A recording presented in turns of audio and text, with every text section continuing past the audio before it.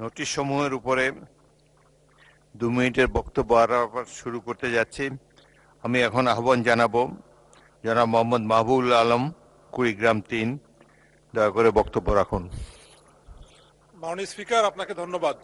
ধন্যবাদ আমার নির্বাচনী আসনের জনগণকে, যারা আমাকে এই সংসদে প্রেরণ করেছেন তাদের প্রত্যাশার কথাগুলো বলবার জন্য, তাদের জীবন মানের উন্নতির জন্য, অবকাঠামো উন্নয়নের জন্য, বেকারত্ব দূর, নদী ভাঙ্গন রোধ সহ থেতরাই পাওটানা ব্রিজ সহ উলিপুরকে একটি উন্নত, নিরাপদ এবং সমৃদ্ধ করার জন্য।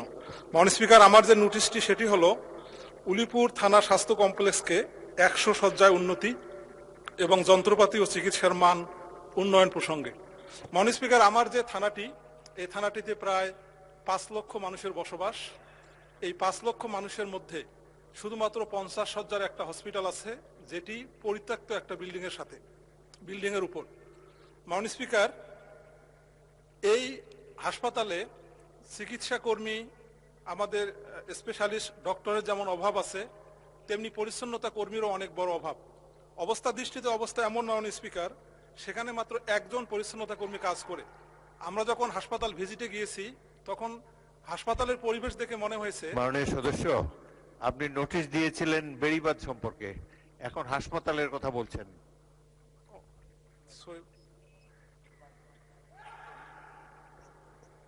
দুঃখিত মাননীয় স্পিকার, আমার এটাও দেওয়া ছিল মাননীয় স্পিকার। এনিওয়ে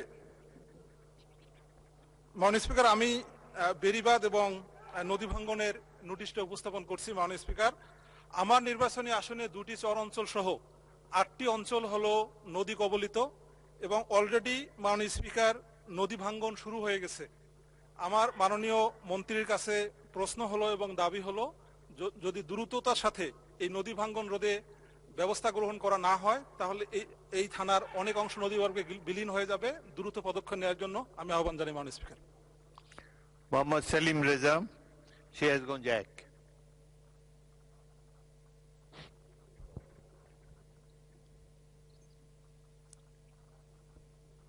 বিসমিল্লাহির রহমানির রহিম। মাননীয় স্পিকার, আপনাকে অসংখ্য ধন্যবাদ। আমার নির্বাচনী এলাকা 62 সিরাজগঞ্জ 1, আপনার মাধ্যমে আমার নির্বাচনী এলাকার ভোটারদের ধন্যবাদ। মাননীয় সদস্য, আপনি কি মোহাম্মদ সেলিম রেজা, সিরাজগঞ্জ 1? জি, 62 সিরাজগঞ্জ 1। জি বলুন।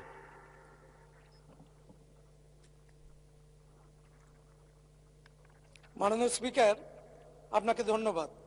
আমার নির্বাচনী এলাকা 62 সিরাজগঞ্জ 1 কাজীপুর ও সিরাজগঞ্জ সদরের আংশিক এলাকায় রতনকান্দি ইউনিয়নে একডালা একটি ঐতিহ্যবাহী গ্রাম। এই গ্রামের পাশ দিয়ে প্রবাহিত উন্মত্ত যমুনা নদীর একটি শান্ত এবং শাখা নদী ইছামতি। নদীর পশ্চিম পারে খাটিয়ামারি, যা বগুড়া ধুনট উপজেলার অন্তর্ভুক্ত। আবার পূর্ব পার সিরাজগঞ্জের সদর উপজেলার আওতায়। 2 উপজেলার জনসাধারণ সেই ব্রিটিশ আমল থেকে যোগাযোগ ব্যবস্থার সুফল থেকে বঞ্চিত হচ্ছে। একডালা গ্রামটি একটি কৃষিভিত্তিক এবং বাণিজ্যিক এলাকা। এখানে একটা ব্রিজ নির্মিত হলে সিরাজগঞ্জের রতনকান্দি, গান্দাইল, সুবগাছা, মেসরা, পেপুলবাড়িয়া, বাগবাটি মানুষ প্রতিবেশী জেলা বগুড়ার রলারহাট, চান্দাইকোনা সহজে পণ্য পরিবহন সহ যাতায়াতের সুবিধা ভোগ করতে পারবে। বিপরীতে বগুড়া ধুনুট উপজেলার মথুরাপুর, গোপালনগর ও চৌকিবাড়ি ইউনিয়নের জনগণ সহজ উপায়ে সিরাজগঞ্জ হয়ে ঢাকায় চলাচল করতে পারবে। মাননীয় স্পিকার, বিষয়টি অতি জরুরি, জনগুরুত্বপূর্ণ সম্পন্ন বিধায় আমি আপনার মাধ্যমে মাননীয় সড়ক পরিবহন সেতুমন্ত্রী মহোদয়ের দৃষ্টি আকর্ষণ করছি। মাননীয় স্পিকার, আপনাকে অসংখ্য ধন্যবাদ। ধন্যবাদ মাননীয় সদস্য। পরবর্তী বক্তা মোহাম্মদ আবু তালেব, ঝিনাইদহ 4। মাননীয় স্পিকার, আপনাকে ধন্যবাদ। আপনার মাধ্যমে আমার নির্বাচনী এলাকা ঝিনাইদহ 84 ঝিনাইদহ 4 জনগণের ধন্যবাদ। আমার উত্থাপিত বিষয় ছিল ঝিনাইদহ সদর ও যশোর সদর আংশিক এলাকার N7 রোড 6 লেন উন্নয়ন প্রকল্পের কাজ ধীরগতি হওয়ার কারণে জনগণ চরম দুর্ভোগে পড়েছে এবং প্রায়ই সড়ক দুর্ঘটনা ঘটছে, এটি মৃত্যু ফাঁদে পরিণত হয়েছে। আমার নির্বাচনী এলাকার জনগণের সাথে আমরা কথা বলে দেখেছি ভূমি অধিগ্রহণের ব্যাপারে চরম অনিয়ম করা হয়েছে, যেখানে বিগত ফ্যাসিস্ট সরকারের আমলে কতিপয় আমলা ও রাজনৈতিক ব্যক্তিত্বের নেতৃত্বে তারা নিজেদের স্বার্থ উদ্ধারের জন্য কিছু ভূমি অধিক মূল্য নিয়ে বাকি কয়েক হাজার ভূমির মালিককে তাদের ভূমির মূল্য অনেক কম দিয়ে তাদেরকে পথে বসা হয়েছে। এমত অবস্থায় আমার দৃষ্টি আকর্ষণ ছিল মাননীয় ভূমিমন্ত্রী মহোদয়ের নিকট। আমি বলতে চাই, সংশ্লিষ্ট কর্তৃপক্ষ ও ঝিনাইদহ জেলা প্রশাসনের মাধ্যমে কালীগঞ্জ উপজেলার স্থানীয় জমি মালিকদের সাথে আলাপ আলোচনা করে জমি অধিগ্রহণ সংক্রান্ত জটিলতা নিষ্পত্তি করার জন্য সদাই দৃষ্টি আকর্ষণ করছি। দেখা গেছে যে একটি জমির মূল্য ধরা হয়েছে 18,000 শতাংশ, পার্শ্ববর্তী আরেকটি জমির মূল্য ধরা হয়েছে 1.5 লক্ষ শতাংশ। এই যে অনিয়ম হয়েছে, এই অনিয়মগুলো দূর করার জন্য পুনরায় জরিপ করে জমির মূল্য পুনর্নির্ধারণ করার জন্য মাননীয় ভূমিমন্ত্রী মহোদয়ের সুদৃষ্টি আকর্ষণ করছি। ধন্যবাদ মাননীয় স্পিকার। জনাব শাহজাহান চৌধুরী, চট্টগ্রাম 15।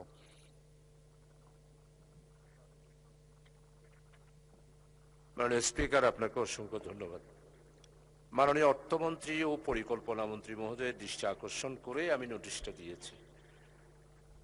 মাননীয় স্পিকার, স্বাধীনতার 54 বছর আমরা অতিবাহিত করলাম। আমাদের বাংলাদেশের অর্থনৈতিক বিপর্যয়ের প্রধানতম কারণ রাষ্ট্রের সর্বপর্যায়ে দুর্নীতি।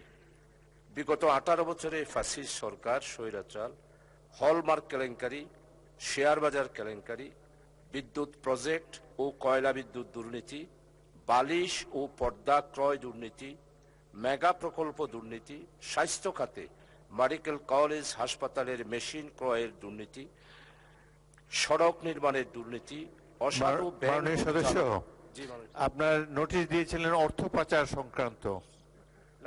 মাননীয় স্পিকার, আমি আজকে এটাই দিয়েছি, আমার নোটিশও এখানে আছে। অর্থ পাচারটা গতকালকে ছিল। এখন আপনি এটার উপর বলতে চান? যে এটার উপরে বলতে চাই। অর্থ পাচারটা আমি আরেকবার বলবো। পরিচালনা পর্ষদের নামে বেনামে নিয়ম বহির্ভূত ঋণ গ্রহণের দুর্নীতি, এই রকম হাজারো সেক্টরের অনিয়ম দুর্নীতির ব্যাপারে এই মহান সংসদে ওপেন একটি ডিসকাশন করার জন্য আমি সবিনয়ে অনুরোধ করছি এবং মাননীয় মন্ত্রী মহোদয়ের দৃষ্টি আকর্ষণ করেই এই নোটিশটা দিয়েছে। মাননীয় স্পিকার, আপনাকে অসংখ্য ধন্যবাদ। মাননীয় মন্ত্রী নাই, মাননীয় স্পিকার, আমাদের এই নোটিশগুলা 71 বিধির ব্যাপারে লেখা আছে। এই নোটিশটার ব্যাপারে শোনার জন্য স্ব মন্ত্রণালয়ের মন্ত্রীরা এখানে উপস্থিত থাকবেন। তো আমি অর্থ পরিকল্পনা মন্ত্রী মহোদয়ের দৃষ্টি আকর্ষণ করে নোটিশটা দিয়েছি, মন্ত্রী তো নাই।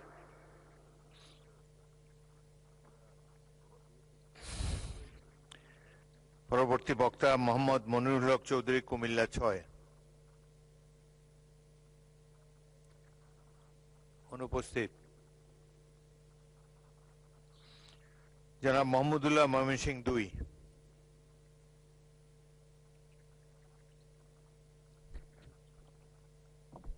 মাননীয় স্পিকার, এই প্রথম সময় পাওয়ার জন্য আপনাকে ধন্যবাদ জানাই 147 ময়মনসিংহ 2 পূর্ব তারাকান্দার বাসিন্দাদের, যারা আমাকে সংসদ পর্যন্ত আসার রাস্তা করে দিয়েছেন। ধন্যবাদ জানাই আল্লাহ পাকের দরবারে, যিনি মসজিদের মিম্বার থেকে সংসদের চেয়ারে বসার সুযোগ করে দিয়েছেন। মাননীয় স্পিকার, আলহামদুলিল্লাহ, আমি সড়ক পরিবহন ও সেতু মন্ত্রী সমীপে ছোট্ট একটি আরজ রাখতেছি। আমার ময়মনসিংহ জেলার পূর্ব তারাকান্দা অনেক বড় এরিয়া। এই তারাকান্দা ফুলপুরের উপর দিয়ে শেরপুর, আলোয়াঘাট, দুবাওড়া, নেত্রকোনার এক অংশের অসংখ্য গাড়ি ঘোড়া চলাচল করে। রাস্তাটি খুবই ছোট, 2 লেন। শত শত গাড়ি চলাচল করার কারণে যাতায়াতের অনেক কষ্ট হয়, অনেক জায়গায় যানজটের সৃষ্টি হয় এবং সবচেয়ে বেশি হলো প্রতি মাসে প্রায় 50-এর মতো অ্যাক্সিডেন্ট মারা যায়। আমি মাননীয় সড়ক পরিবহন মন্ত্রী, সেতু মন্ত্রীর কাছে আমি আবেদন রাখব, আমাদের এই রাস্তাটা যেন 4 লেনে উন্নীত করা হয় এবং আপনার মাধ্যমে ওনাকে আমার এই দাবিটা গ্রহণ করার জন্য ধন্যবাদ জানাই। মাননীয় স্পিকার, আসসালামু আলাইকুম। জনাব মোহাম্মদ মুস্তাফিজুর রহমান, কুড়িগ্রাম 4।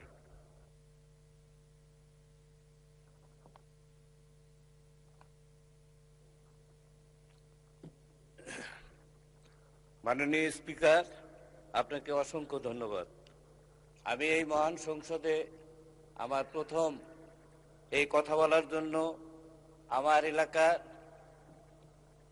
মানুষেরা যে সুযোগ সৃষ্টি করে দিয়েছেন তাদের প্রতি কৃতজ্ঞতা পোষণ করছি। আমি এই মহান সংসদে বলতে চাই, আমার এলাকাটি একটি নদীবহুল এলাকা এবং আমার এই আসনে 4টি উপজেলা, 3টি উপজেলায় নদী দ্বারা বিচ্ছিন্ন এবং এখানে ব্যাপক হারে নদী ভাঙন। এই নদী ভাঙনের কারণে প্রতিদিন বেশ কিছু মানুষ তারা ঘরবাড়ি হারা হচ্ছে এবং তাদের চোখের পানি আমি অনেকবার দেখেছি। এই নদী ভাঙন এলাকাটিকে যদি নদী শাসন না করা হয়, উলিপুরের সাহেবের আগলা থেকে রাজীবপুরের মোহনগঞ্জ পর্যন্ত একটি বিস্তীর্ণ এলাকা নদী ভাঙন কবলিত। এই নদী ভাঙন কবলিত এলাকাকে নদী শাসনের আওতায় আনার জন্য আমি সংশ্লিষ্ট কর্তৃপক্ষের কাছে বিনীত অনুরোধ রাখছি। সেই সাথে আমি বলছি, আবার রৌমারী, রাজীবপুর এবং চিলমারী এই 3টি উপজেলা একটি মাঝখানে ব্রহ্মপুত্র নদী দ্বারা বিচ্ছিন্ন। এই ব্রহ্মপুত্র নদীর উপরে একটি সেতু নির্মাণ করা অত্যাবশ্যক। আমি এই মহান সংসদের মাধ্যমে এই বিষয়টিকে আগামী দিনে এই একটি সেতু বাস্তবায়নের জন্য সংশ্লিষ্ট মন্ত্রণালয় কি ব্যবস্থা গ্রহণ করবেন তার কাছে আমি অনুরোধ রাখছি। স্পিকার, মাননীয় স্পিকারকে ধন্যবাদ জ্ঞাপন করছি। জনাব মোহাম্মদ আমির হামজা, কুষ্টিয়া 3।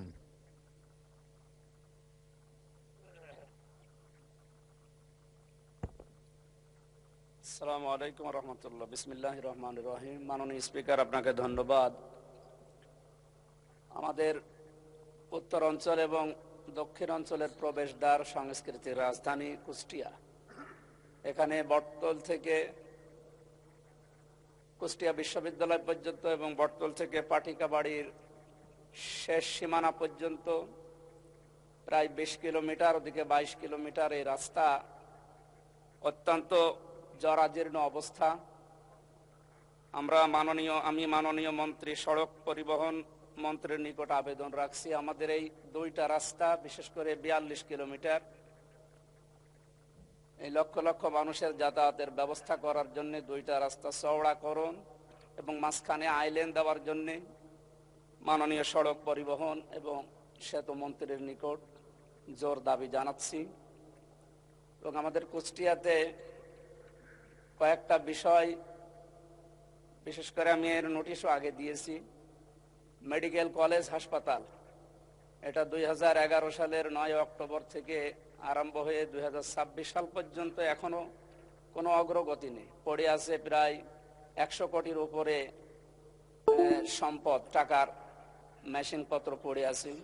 এখানে 23টা বিভাগ চালু হওয়ার কথা, 2টা বিভাগ চালু হয়ে পড়ে আছে। প্রায় 5টা জেলার মানুষের 18 থেকে 20 লক্ষ মানুষের এখানে চিকিৎসার ব্যবস্থা করা সম্ভব যদি এটা অতি দ্রুত চালু করা হয়। মাননীয় স্বাস্থ্যমন্ত্রীর নিকট আমার আকুল আবেদন, যত দ্রুত সম্ভব মেডিকেল কলেজ হাসপাতাল চালু করার মাধ্যমে আমাদের এই 5-6টা জেলার মানুষের অন্তত চিকিৎসার সুব্যবস্থা করার জন্য আহ্বান জানাচ্ছি। মাননীয় স্পিকার, আপনাকে ধন্যবাদ। মাননীয় সদস্য শেখ ফরিদ আহমদ, চাঁদপুর 3। আসসালামু আলাইকুম। বিসমিল্লাহির রহমানির রহিম। সকল প্রশংসা মহান আল্লাহ রাব্বুল আলামিনের। আমি চাঁদপুর 3 হাইমচর চাঁদপুর সদর জনগণকে আমাকে ভোট দিয়ে এই মহান সংসদে প্রেরণ করার জন্য ধন্যবাদ জানাচ্ছি। সাথে সাথে আজকের এই প্রধানমন্ত্রী, যিনি আমাকে এই মহান সংসদে আসার সুযোগ করে দিয়েছেন, ওনাকে আমার চাঁদপুর সদর বাবা হামিচরের জনগণের পক্ষ থেকে ধন্যবাদ জানাচ্ছি। মাননীয় স্পিকার, আমার এলাকা চাঁদপুর ৩ সদর থেকে শুরু করে হাজীগঞ্জ উপজেলার ডাকাতিয়া নদীর কোল ঘেঁষে প্রায় ৩৫ কিলোমিটার এলাকা অত্যন্ত ভাঙন প্রবল। প্রতি বছর বর্ষা মৌসুমে জোয়ারের পানি, প্রবল চাপ ও স্রোতের কারণে এই বিস্তীর্ণ এলাকায় ঘরবাড়ি, ফসল, জমি, শিক্ষা প্রতিষ্ঠান এবং গুরুত্বপূর্ণ রাস্তাঘাট নদীগর্ভে বিলীন হয়ে যাচ্ছে। বিশেষ করে চাঁদপুর সদর ও হাইমচরের মধ্যবর্তী এই বিশাল অংশে একটি স্থায়ী ও মজবুত প্রতিরক্ষা বাঁধ না থাকায় প্রতি বছর মানুষ ভিটে বাড়ি হারিয়ে নিঃস্ব হচ্ছে। নদী ভাঙ্গনের ফলে স্থায়ী যোগাযোগ ব্যবস্থা ও জনজীবন মারাত্মকভাবে ক্ষতিগ্রস্ত হচ্ছে। এই ৩৫ কিলোমিটার এলাকায় একটি সুপরিকল্পিত ও স্থায়ী গাইডওয়াল বা প্রতিরক্ষা বাঁধ নির্মাণ এখন এই অঞ্চলের লক্ষাধিক মানুষের প্রাণের দাবিতে পরিণত হয়েছে। এই বাস্তবায়িতার ফলে শুধু ভাঙ্গনই রোধ হবে না, বরং নদী তীরবর্তী মানুষের জানমালের দীর্ঘমেয়াদী নিরাপত্তা নিশ্চিত হবে। ধন্যবাদ মাননীয় স্পিকার। জনাব মোহাম্মদ আজিজুর রহমান, যশোর ১।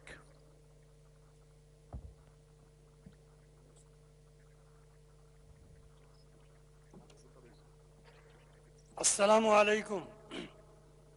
নাহমাদুহু আনুসাল্লি আলা রাসূলিল কারীম। মাননীয় স্পিকার, আপনাকে কৃতজ্ঞতা জানাই।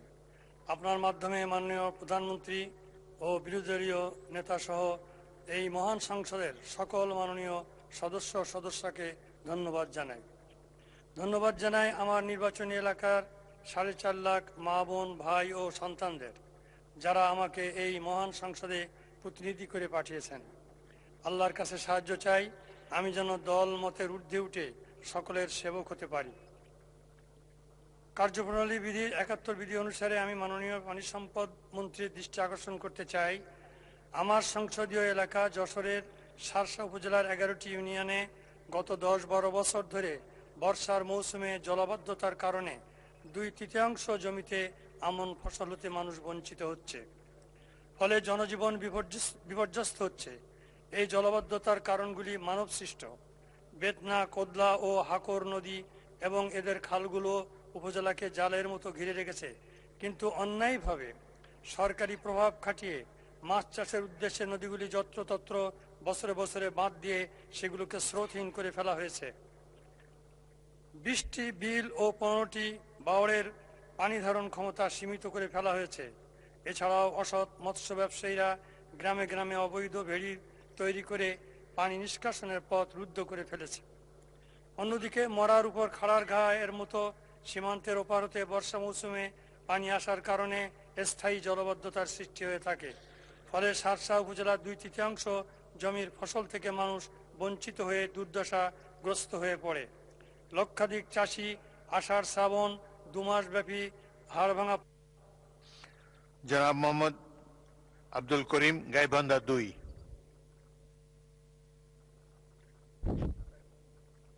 বিসমিল্লাহির রহমানির রহিম।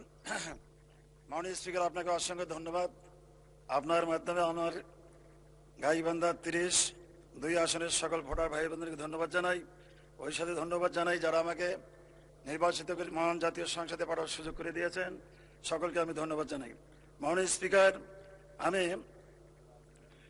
এই সংসদের অধ্যক্ষের বৈঠকে আমি নিম্নলিখিত জরুরি এবং জনগুরুত্বপূর্ণ বিষয়ের মাননীয় স্বাস্থ্য এবং পরিবার কল্যাণ মন্ত্রণালয়ের মনোযোগ আকর্ষণ করছি। এই বিষয়ে যথাযথ ব্যবস্থা গ্রহণের জন্য আপনাকে অনুরোধ করিতেছি। অবস্থানের বিষয় হল নবনির্মিত 250 শয্যা বিশিষ্ট একটি হাসপাতাল নির্মাণ করা হয়েছে। মাননীয় স্পিকার, এই নির্মিত হাসপাতালটি 2024 সালে এটা হস্তান্তর করা হয়েছে। 9 তলা বিশিষ্ট এই হাসপাতাল, জেনারেল হাসপাতালটি নতুন বিল্ডিং যদিও হস্তান্তর করা হয়েছে, কিন্তু এখনো রোগী স্থানান্তর করা হয় নাই। 2024 সালে হস্তান্তর হলেও আজ পর্যন্ত এই হাসপাতাল চালু করা হয় নাই। এর কারণ হলো বিশেষজ্ঞ ডাক্তার অভাব, দক্ষ নার্সের অভাব, টেকনিশিয়ানের অভাব, আধুনিক চিকিৎসার সরঞ্জাম না থাকা, এর ফলে অসহায় রোগীদের রংপুর, বগুড়া এবং ঢাকায় যেতে হয় এবং বিভিন্নভাবে তারা প্রতারণার শিকার হয়। সুতরাং হাসপাতালটির চিকিৎসা সেবা পূর্ণাঙ্গভাবে চালু করার জন্য আমি মাননীয় মন্ত্রী মহোদয়ের দৃষ্টি আকর্ষণ করছি। ধন্যবাদ মাননীয় স্পিকার।